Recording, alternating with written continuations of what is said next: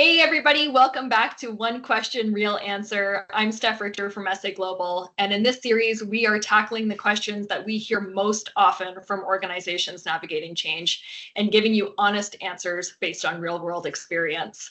I'm joined again today by Jen Holman from sa.global and Quintin Hunkin from Microsoft. So you guys ready to jump into today's question?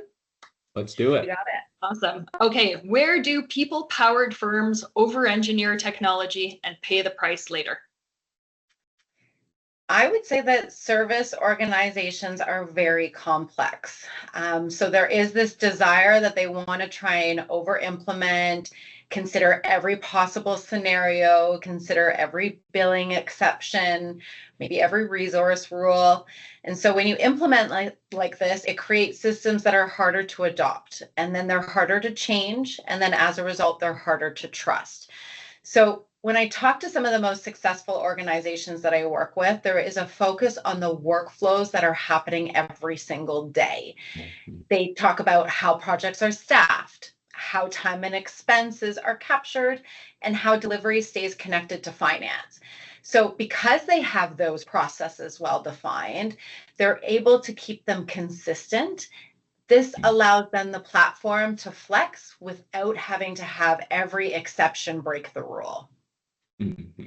Yeah, I couldn't agree more, Jen. Service firms often over-engineer tech by automating chaos and the chaos that they've experienced, tribal rules, historic exceptions, custom billing logic, edge case resource rules. That makes the systems they're going to implement harder to adopt, harder to change, and impossible to trust. Successful organizations do the opposite, right? They standardize first, and then they automate second.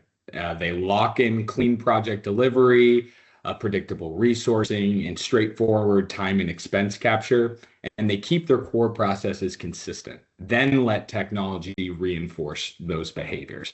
That's also where MCP servers matter, right? Or the model context protocol servers.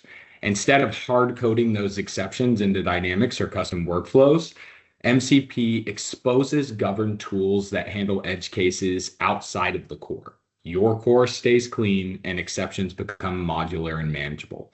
Firms that skip this step pay later, right? Expensive rework, constant escalations, team managing the complexity that they never even asked for. Firms that modernize operating norms first let the Microsoft Cloud then amplify that discipline instead of encoding dysfunction.